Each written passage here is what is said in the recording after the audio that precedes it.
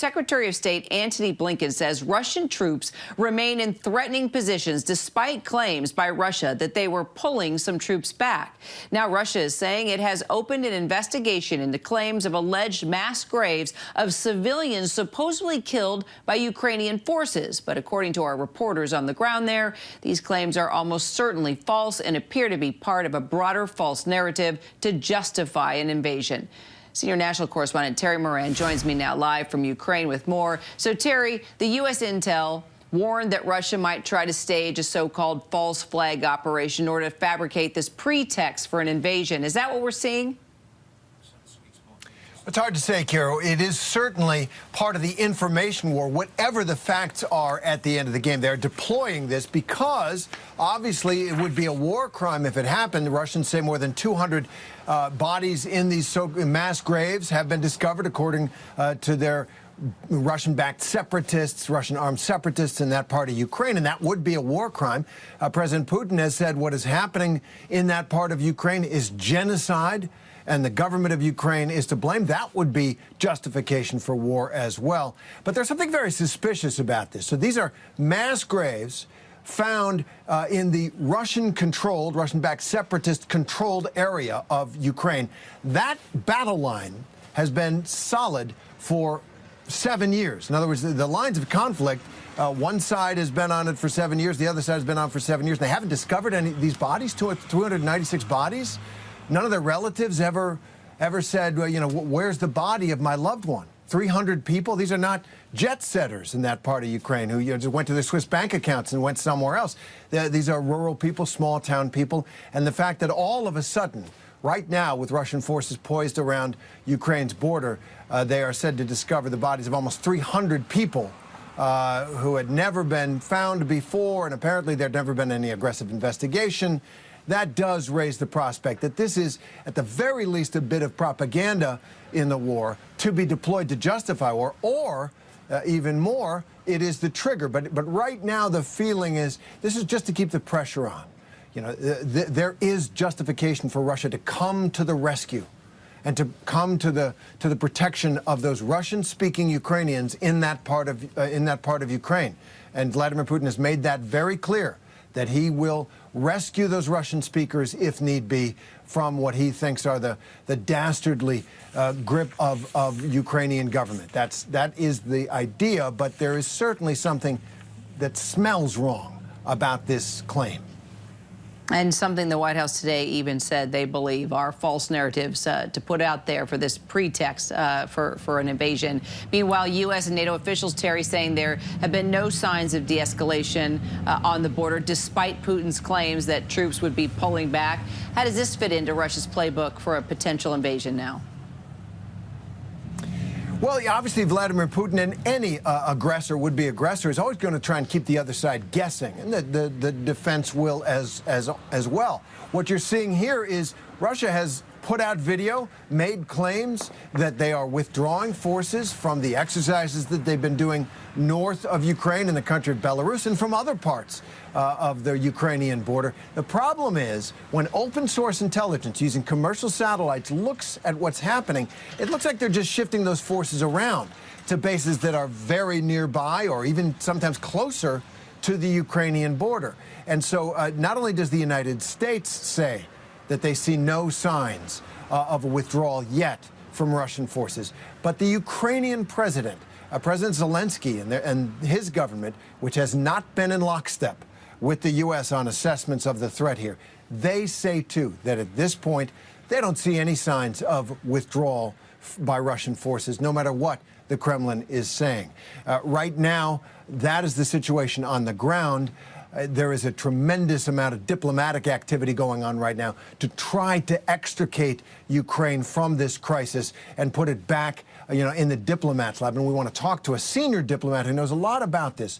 A former ambassador to Ukraine, William Taylor, joins us now, and he has obviously served in this country, knows all about the kind of aggression that Ukraine is facing. And so, Bill, I want to ask you first this claim about mass graves. Does it strike you, as it strikes us, that there's something odd about it? 300 people in mass graves discovered conveniently while Russian troops are surrounding Ukraine after 7 years of those lines being fixed? Terry, I think you're exactly right. High cause for skepticism. This is very unlikely to be the case. There is no evidence, as you said, that no one's shown up missing. And they've controlled that area for nearly 8 years. So I don't put any stock in this at all.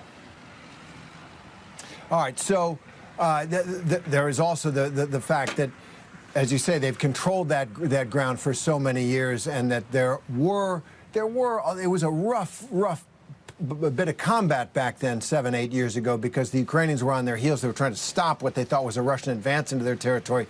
Things did get rough, but not like this. So let me ask you now. So we have heard this diplomacy continue. I want to just ask your general assessment of how the U.S.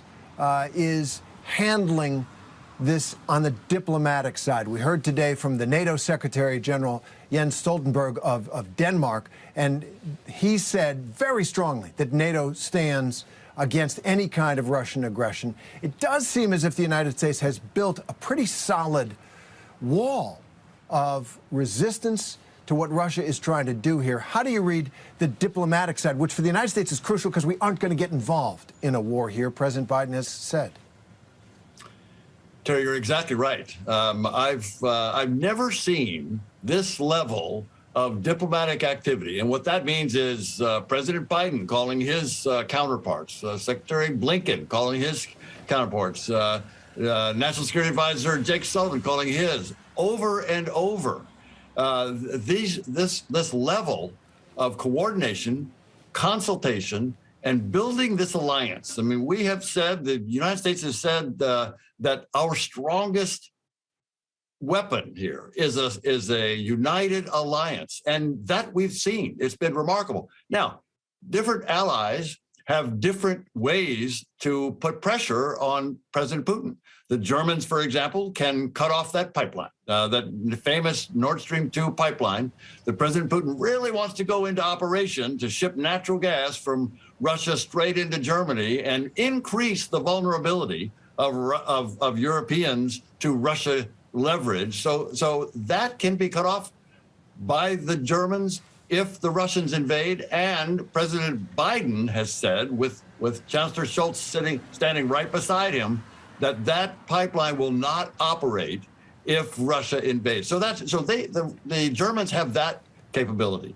Other allies are doing different things that they can do best. The French are sending troops. The Spanish are sending ships. The Dutch are sending aircraft. So this is a NATO effort that has been bound together in a strong alliance that I bet surprises President Putin. I bet President Putin is surprised by the strength and the unity of the alliance, and at the strength and the resolve of President Zelensky. I mean, President Zelensky, is a young politician. He hasn't been in politics very long, and he's standing up to President Putin, who's a KGB and been in office for 20 years. So that's got to surprise President Putin.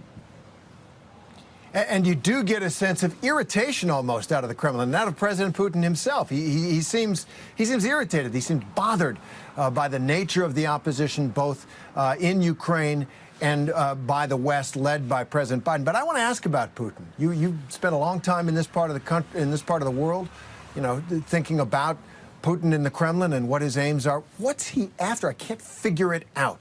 Look, he's harmed Russia, it seems to me. Europe is now going to be motivated to diversify its energy resources. NATO is going to be motivated to be closer together. Some other countries might even think about joining. And what Putin is demanding is a guarantee that Ukraine never join NATO, and a demand that NATO roll back its infrastructure, meaning its weapons on the ground, back to 1997, a quarter century. He's not going to get that. So what does he actually think he's going to accomplish here? Sure, it's a great question. No one really knows the answer to that question. No one really knows what Vladimir Putin is thinking. However, he has given us some hints.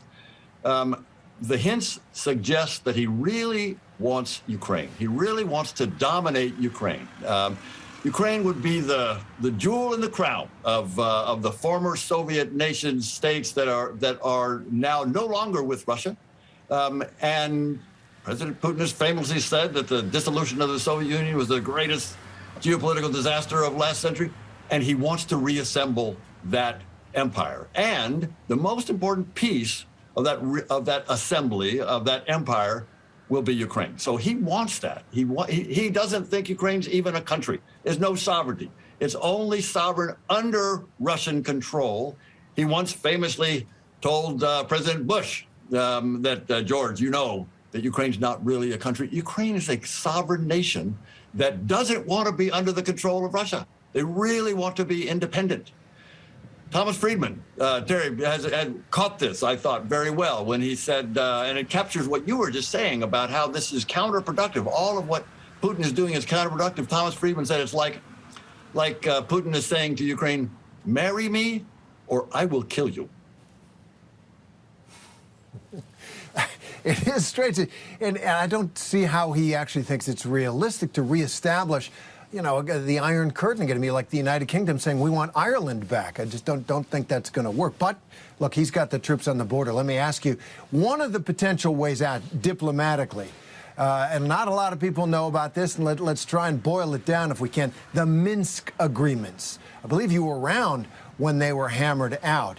What does that mean? Because Putin says we could all get out of this if the government in Ukraine would agree to what they pledged to in the Minsk agreement, some way of negotiating the status of those separatist, Russian-backed, Russian-armed regions of eastern Ukraine. What would that mean? Can the Minsk agreements work here, do you think?